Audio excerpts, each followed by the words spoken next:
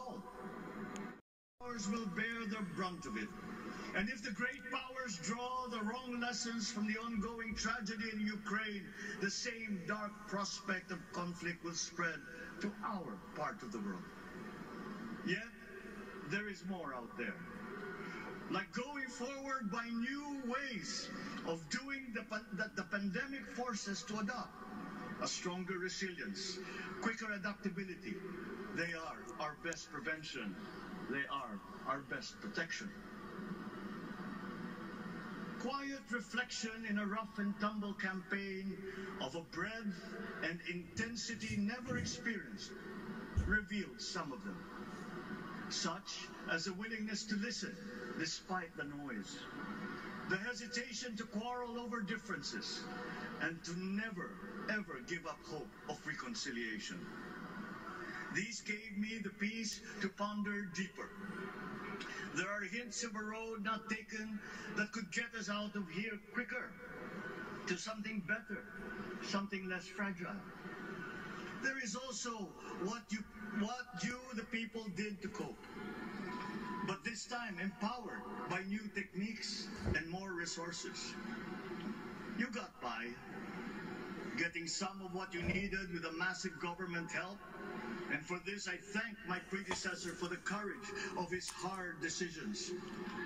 But there is a way to put more means and choices in your hands. I trust the Filipino. Imagine how much more you'd achieve if government backstops instead of dictating your decisions. Always there to pick you up when you fall. Giving what you need to get past a problem. Imagine if it invested in your self-empowerment to bring it closer to taking on whatever challenges come. Imagine a country that, in almost every sense, is you. Now imagine what you and government can achieve together. We did it in the pandemic. We will do it again. But again, I will not predicate my promise to you on your cooperation.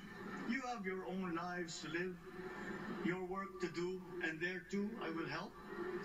Government will get as much done alone without requiring more from you. That is what government and public officials are for. No excuses, just deliver. It was like that once upon a time. I did not talk much in this campaign. I did not bother to think of rebutting my rivals. Instead, I searched for promising approaches better than the usual solutions. I listened to you. I did not lecture you who has the biggest stake in our success. And the forthcoming State of the Nation will tell you exactly how we shall get this done. In this fresh chapter of our history, I extend my hand to all Filipinos. Come, let us put our shoulders to the wheel and give that wheel a faster turn to repair and to rebuild and to address challenges in new ways to provide what all Filipinos need to be all that we can.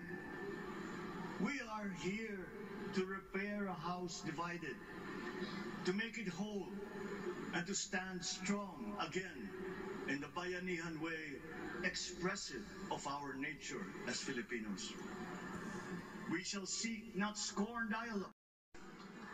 There were shortcomings in the COVID response. We will fix them, out in the open. No more secrets in public health. Tama. Remember, I speak from experience. I was among the first to get COVID. It was not a walk in the park. My father built more and better roads, produced more rice than all administrations before his. President Rodrigo Duterte built more and better than all the administrations succeeding my father's. Much has been Very built, true. and so well, that the economic dogma of dispersing industry to develop the least likely places has been upturned. Development was brought to them. In Investors are now setting up industries along the promising routes built. And yet, the potential of this country is not exhausted. Following these giant steps, we will continue to build. I will complete on schedule the projects that have been started. I'm not interested in taking credit. I want to build on success that's already happening. We will be presenting the public with a comprehensive infrastructure plan. 6 years could be just about enough time. No part of our country will be neglected. Progress will be made wherever there are Filipinos, so no investment is wasted. The recovery of Philippine tourism with its emphasis and bigger is not always better, but there's something to be said for economies of scale.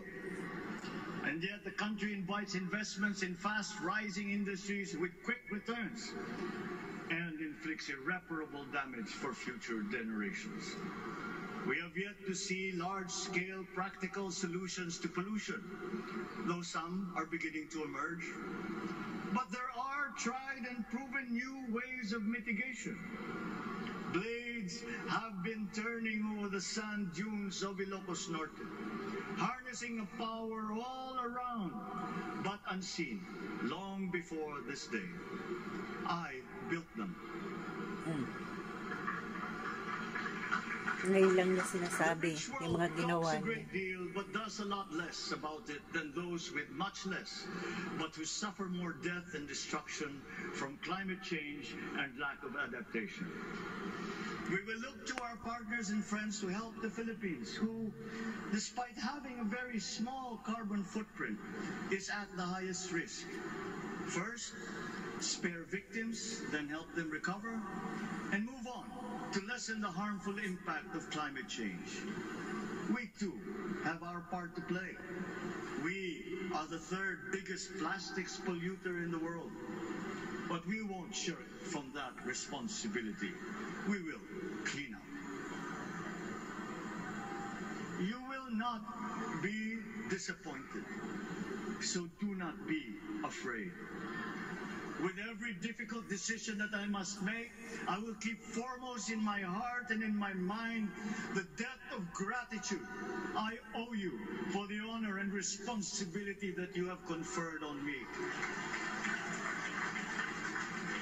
Whatever is in a person to make changes for the better of others, I lay before you now in my commitment. I will try to spare you. You have your other responsibilities to carry.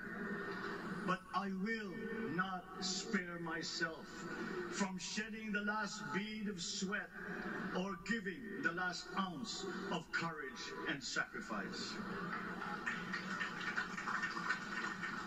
And if you ask me why I am so confident of the future, I will answer you simply that I have 110 million reasons to start with. Such is my faith in the Filipino.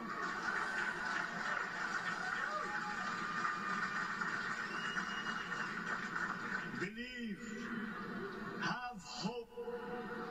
The sun also rises like it did today and as it will tomorrow. And as surely as that, we will achieve the country all Filipinos deserve. God bless the Philippines. God bless our work.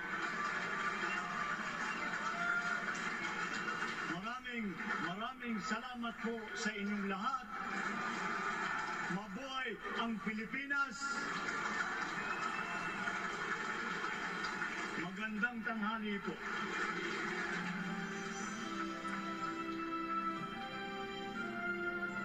Excellencies, ladies and gentlemen, the President of the Republic of the Philippines, President Ferdinand Romualdez Marcos Jr.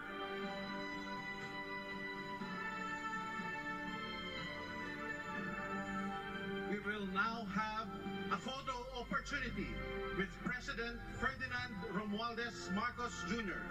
May we invite the first family on stage. First Lady Liza Araneta Marcos. Ferdinand Ferdinand Alexander Sandro Marcos, Joseph Simon Marcos, and William Vincent Marcos.